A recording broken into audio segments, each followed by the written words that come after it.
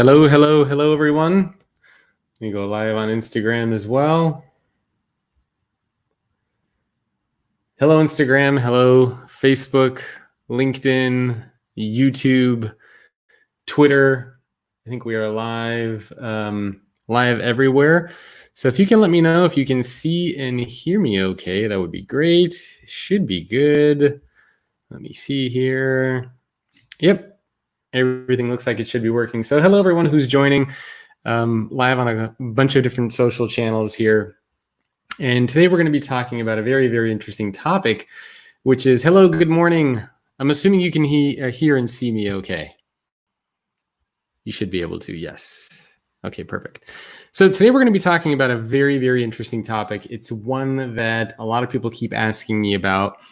As you know, lately I've been going live on Wednesday to talk about a variety of leadership topics. And one of the most common questions that I've been getting from everybody is, all this leadership stuff sounds great, but what if you work with or for leaders who are refusing to change? What happens if you work with leaders who don't want to adapt? They don't want to embrace these new skills and mindsets that I keep talking about. What do you do? So that's what we're going to be talking about today. It is working with leaders who refuse to change, working with leaders who don't want to change. What strategies can you implement? What ideas can you start to bring into the organization to actually try to get your leaders to change? Now, before we get started, I want to remind everybody, if you haven't downloaded the Leadership Digest PDF, it's a PDF that goes over all the most crucial skills and mindsets that over 140 of the world's top CEOs say are crucial for leaders. You can grab that if you want at theleadershipdigest.com. Again, that's theleadershipdigest.com. And hello, I see a lot of comments coming in. Hello, everyone who's joining. Really appreciate it. I'm sure we're going to have a fun and interesting conversation today. And of course, it's meant to be interactive. So if you have questions, comments, feel free to chime in. Let me know what you're thinking as well, and we can make it a fun dialogue. So we've all worked for those leaders, right? Leaders who refuse to change. I know that during the course of my career, I worked for many of those types of leaders who just, they want to do things the way they've always been doing it. And I like to call this the shampoo method of leadership. The shampoo method meaning rinse, lather, repeat. Leaders take concepts that they've used during the course of their career at previous companies. They take things that they've learned in their MBA programs, and they basically try to recycle it time and time again. And as we know, that does not always work. Sorry, just responding to a couple comments here. Saying hello to everybody. And then I'll keep going. So as I mentioned, I like to call this the shampoo method of leadership. And like I said, we've all been a part of those organizations. We've all worked for those types of leaders who take a lot of the concepts that we've seen in the past and just kind of recycle and reuse it all the time. Yeah, hello, Angela. Good morning to you too as well. And the reality is that you can't change an organization if you don't change the leaders who are there. So we keep talking about, how do we change our organizations? How do we adapt our organizations? Well, it's the leaders who are guiding and leading these organizations. So if you can't change the leaders and get them to, think differently about leadership, you're actually not going to be able to change the organization. So change fundamentally starts with the leaders who are guiding that organization. You also can't force people to change. One of the most common questions that I get, for example, is, hey, Jacob, they see me speak at a conference or an event, or they read the book, and they say, how do you convince leaders to change? And my response to that is always, look, I don't convince anybody to do anything. It's not my job to convince people to change. I can simply present data and research and stories and concepts. I can talk about the benefits. I can talk about what I've seen, but I can't actually convince you as a leader to change if you're not open to changing. It's kind of like trying to convince somebody to start exercising or eating healthy or stop smoking. I can give you the benefits. I can tell you why these things are important, but I can't actually force you to go to the gym. I can't force you to stop smoking. I can't force you to eat healthy, but I can talk about these things. I can educate you about these things, and I can provide content and information that will hopefully try to get you to implement more healthier habits. So I view a lot of the work that I do around leadership, the future of work and employee experience, much the same way. It's not my job to convince people to do anything.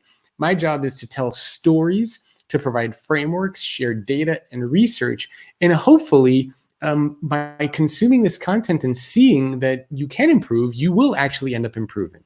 So that's kind of the context that I come at all of this from. So let's talk about a couple strategies for what you can start doing or thinking about when it comes to working with a leader who refuses to change. Now, again, this can be very frustrating because you might see a better world.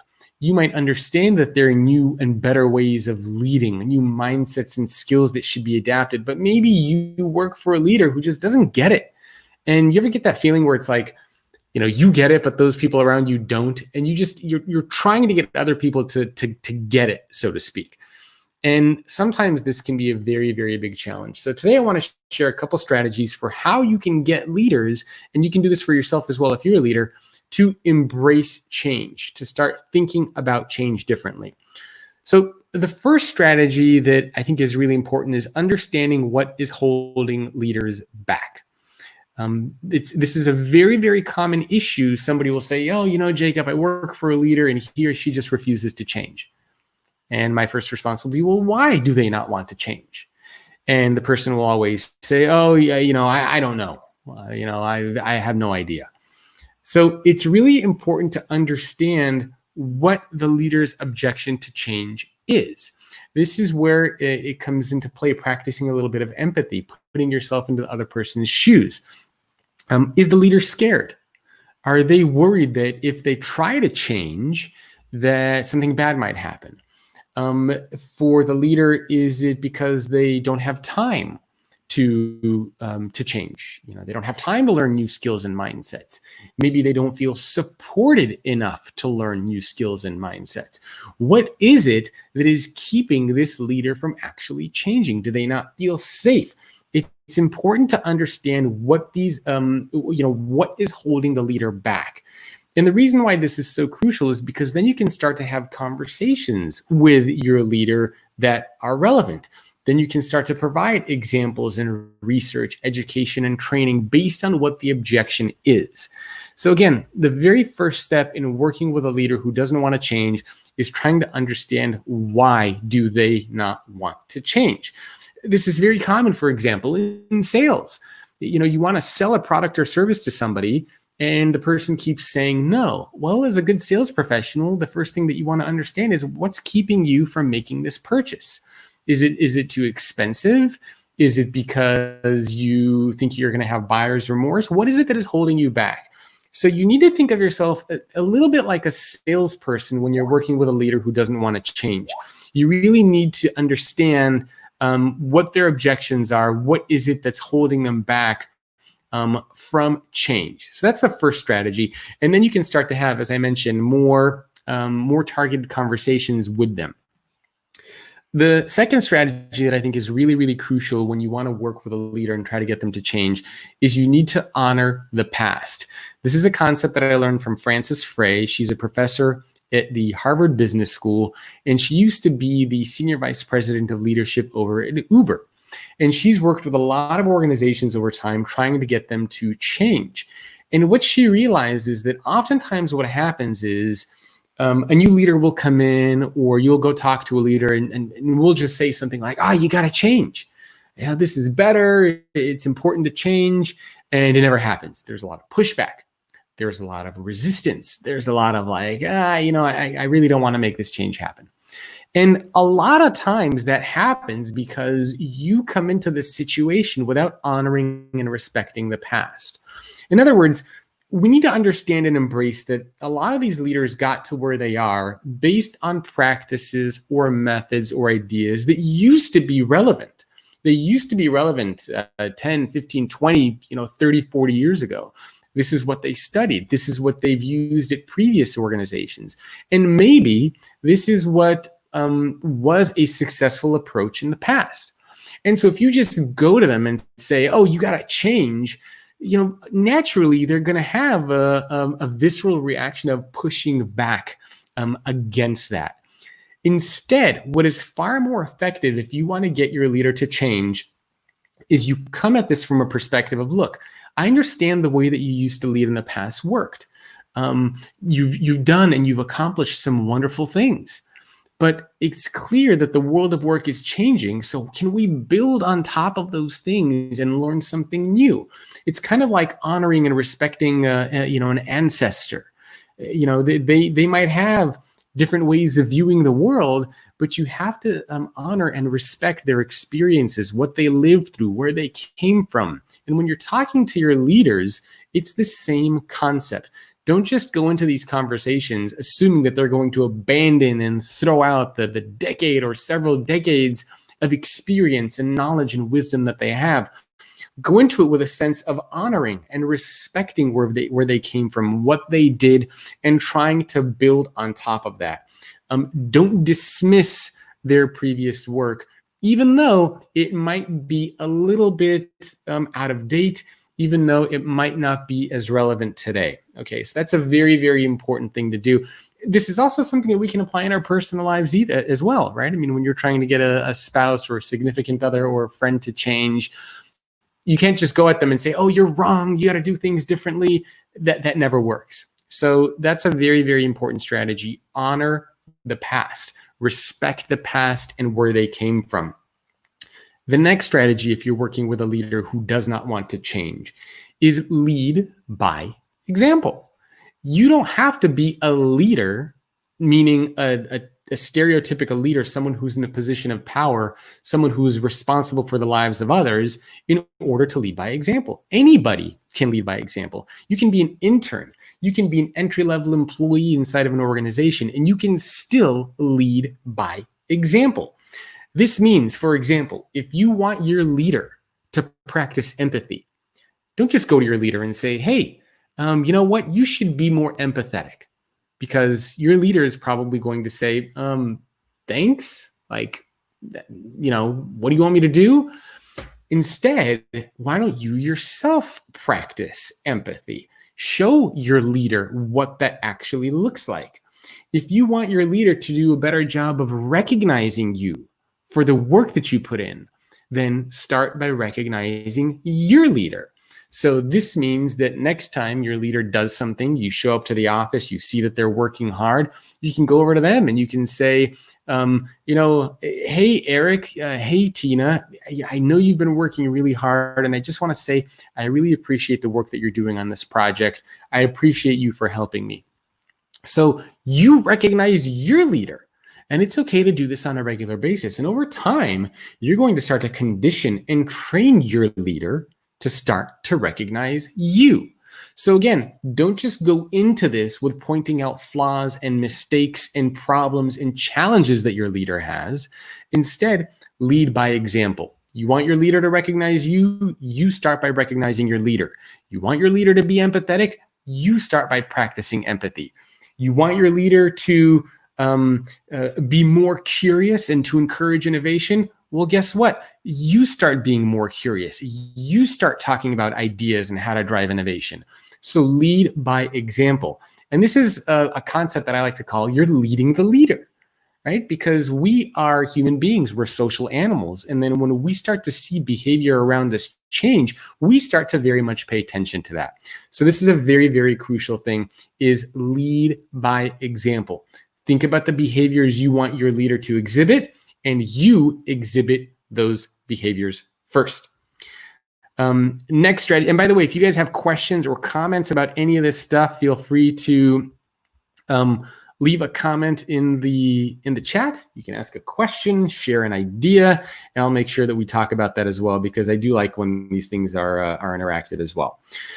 Okay, so the next strategy that I want to talk about as far as working with a leader who doesn't want to change is proposing solutions. This is a big one, and this is very, very easy. And easy in terms of like, it's easy to point out flaws, right? And so tell me if this sounds like you. Inside of your organization, or this again could be with friends or family members, you see something you don't like. You experience something you don't like. You hear something that you don't like. And the first thing that you do is point out why that's wrong. You point out why you don't like it, but you don't actually come up with a solution. And this, I think, is very, very important. You need to actually propose a solution, not just point out that there is a problem. So I'll give you a couple examples. Let's say that you want to, you think that your organization is very much, okay, I'll get to some of your questions. I see them popping up here. So give me 1 second. I'll finish this point and then I'll jump to the questions. So let's say, for example, you work for a leader and you don't consider this person a very human leader. In other words, they're constantly talking about sales and numbers and profits, and they really don't make any effort to get to know people as human beings. And you think that that causes kind of a weird culture where people, there's no connection, there's no relationships. Now, you have a couple of different options for what you can do here. Now, of course, you can just go to your leader and say, hey, you know what, Jacob? I feel like I'm not a part of a very human team. We keep talking about sales and I don't feel like there's any connection. Well, your leader might take that feedback and say, what do I do with that? I don't know what that means. So instead, try to propose a very concrete solution. So I'll give you an example. Go to your leader and you can say something like, hey, Jacob, I noticed that at the beginning of all of our meetings, the first thing that you always talk about is sales numbers and figures and where we are with our various projects. And sometimes it feels like that's all that you care about. But it would be great if we could create more of a human connection and relationship. So how about we try to do this? What about instead of starting our meetings talking about sales and numbers, we start our meetings where we talk about our personal highs and lows for the week. We can share our individual wins and what we feel we have accomplished. And we can also share some of the things that we were a little bit disappointed by, some of the things that made us sad or frustrated. And we can talk about ideas and how we can work on that. Then after we open up a little bit, we can start to talk more about some of the standard sales numbers. And if we do this, it'll create more of that human connection. It'll allow us to build more rapport. And I think it will create a more human organization for all of us to be a part of, right? That's something very tangible. That's concrete. That's a solution that you can provide for your leader. I'll give you another example. Let's say that you are part of a team and you don't see any diversity. You don't see any kind of inclusion. You see that everybody is they look the same, they act the same way. Now, again, you could just go up to your leader and say, hey, you know what? Everybody on the team looks the same and sounds the same. It's not a very diverse and inclusive team. We should fix that. Well, your leader might not know what to do. So can you propose a solution to that? How would you create a diverse and inclusive team? What does that actually mean? What does that look like? Maybe you go to your HR team and you brainstorm some ideas and then you present those ideas to your leader and you give them some feedback or her some feedback around changing hiring practices. So this is a very, very crucial aspect if you want to try to make change happen. You have to try to propose solutions, not just come at it and point out problems, because that's very easy to do. We see this especially with things like employee engagement or employee experience. A lot of employees are very quick to say, I don't like my job. I hate my company.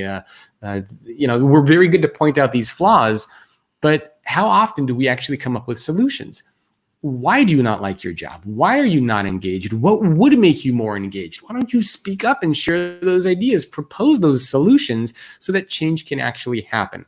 So this is something that I encourage you to try to practice and encourage other people in your company to practice. Avoid pointing fingers, avoid pointing out flaws.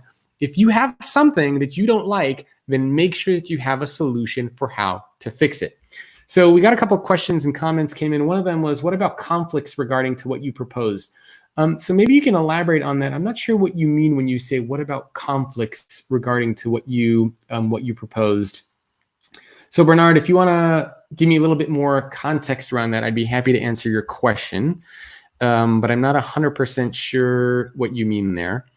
Okay, we got a couple other comments here. Walk the talk. Yes, absolutely.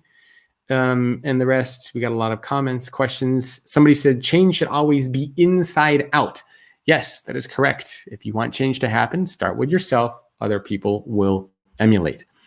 I'll give you one more example of proposing solutions. We keep hearing about actually, I'll talk about this concept in the next one because I think this makes more sense in the following example. But again, just to wrap up this section, is don't just point out flaws. Try to come up with solutions. The next one, speak the language of the business. This is one that a lot of people also struggle with. We say that we want change to happen, but we don't do a good job of speaking the language of the business. Now, as a leader, when you're talking to a leader, the language that they use is different. The things that they care about are different. They care about things like profitability. They care about things like engagement and productivity. So instead of just pointing things out to them, can you try to speak the language of the business? So will your suggestion, will your solution improve productivity? Will it create a more engaged workforce? Will it allow this leader to create a more innovative team? Will it allow this leader to be able to attract and retain top talent? The solution that you propose, frame it in the context of what the leader cares about. Topic guide, vision. Okay, Bernard, I'll get to your question in just 1 second after I finish this. So again, speak the language of the business. If you go to a leader and you say, you know what, we should make change happen, the first question your leader is going to say is, what's going to be the impact of this change? Why should we do this? Is this just a nice thing to have, or is there going to be some sort of impact on the business? Is there going to be some sort of an impact on the team? So I'll give you an example. This is a very common one, and flexible work. One of the most common things that people always say is, I wish, nowadays, of course, as a result of COVID, a lot of us are working remotely. We're working in flexible work environments. But let's go back, 6 months before all of this happened, where most employees around the world didn't have any kind of flexible work arrangements. A lot of employees would want flexible work, and they would just go to their leader and they say, you know what, can I work from home 2 days a week? Can I work from home 3 days a week or once a week? And the leader will simply say no. And that would be the end of the conversation. So instead, frame how flexible work impacts the business. So instead of just going to the leader and saying, hey, you know what, can I work from home once a week? Try to frame it like this. You can say, look, I commute 3 hours a day to the office, and it's very time consuming and it's draining. Can I work from home once or twice a week? I think by doing so, I'll be more engaged in my job. I'll be more productive. I'll be a better contributor, and I will feel more energized. It'll improve my overall well-being. It'll help with morale. Now, all of a sudden, you're framing your solution in the context of the business, in the context of the team. It's something that the leader will care about. And again, this is something that you need to think of regardless of what the solution is. You want a diverse and inclusive team. Maybe your leader doesn't really understand that concept. So frame it in the context of the business. If we created a team where we had more diverse perspectives and ideas, and if we created a team where all of these people felt like they belong, I think we would be able to come up with better ideas to service our customers. I think we would be able to come up with better ideas to attract and retain top talent. I think that we would create a more productive and an efficient team. We would enable more out-of-the-box thinking. And I really think that if we create a diverse and inclusive team, it will allow us to ultimately drive more revenue, more profit for the business. So frame things in the context of the leader. Because again, the way that the leader views things is going to be slightly different. So this ties back to the previous point that I made. Again, don't just point out the problems, come up with the solutions, but make sure the solutions that you come up with are framed in the language of the business, in the language that the leader speaks. So now let me get to Bernard's question on Instagram. Imagine if I introduce you to a balanced scorecard to help you guide your management strategy and vision of your company. And this would be understood as giving bad tips, saying that management was wrong, although that wasn't the point. Okay, so Bernard, so correct me if I'm wrong. So you're trying to create a scorecard for how leaders can change. And they might perceive this as management being wrong, although that wasn't the point. This is also very, very common in our personal lives, right? You want to suggest something for your spouse or your significant other. And I do this all the time. And my wife, who's downstairs, can probably attest to this. It's very tempting to, you make a suggestion to your spouse or significant other, and it just comes off as being overly critical. It comes off as you are telling that what they're doing is wrong. And this is a very, very delicate balance. So I think there are a couple things here to do.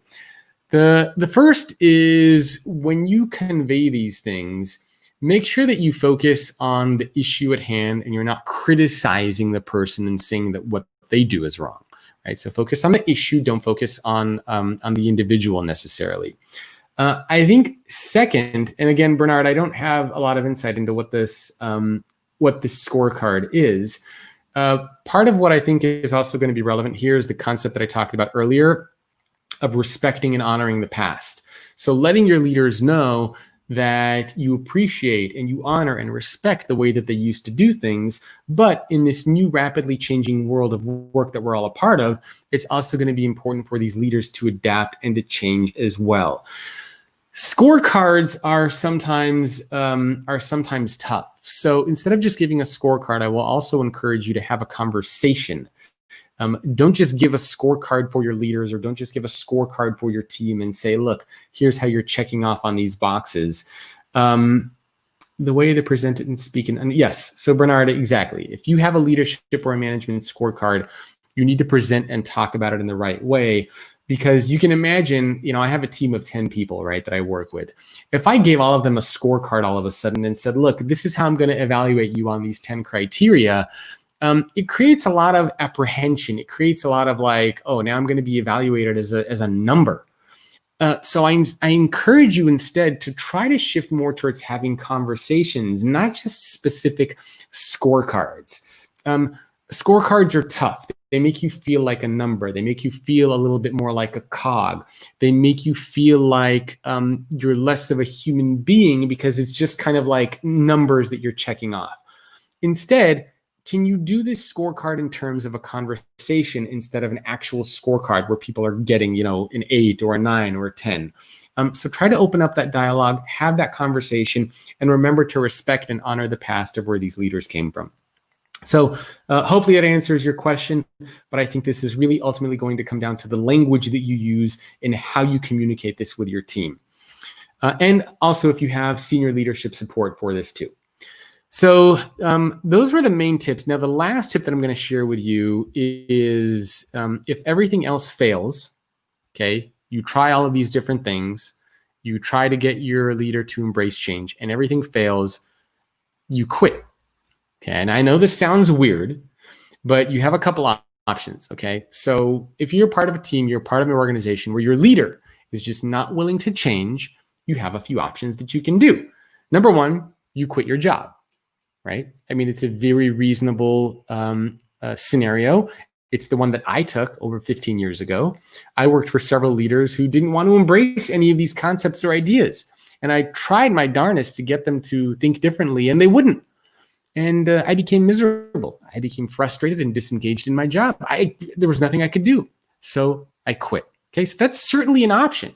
You need to decide if this is the type of a company, if this is the type of a team, and if this is the type of leader who you want to work for. If the answer is no, then you can look for other scenarios, other jobs. So you can quit if you want to and you need to.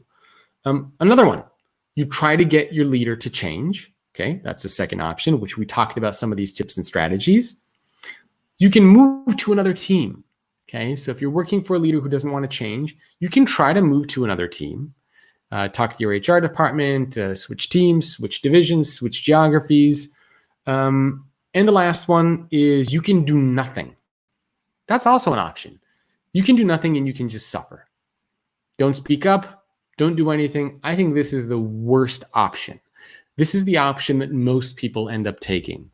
They do nothing. They don't have conversations with their leaders. They don't quit their job. They don't try to move their teams. They just stay there and they suffer. And eventually what happens is you get beaten down, you get ground down, and you become like a cog.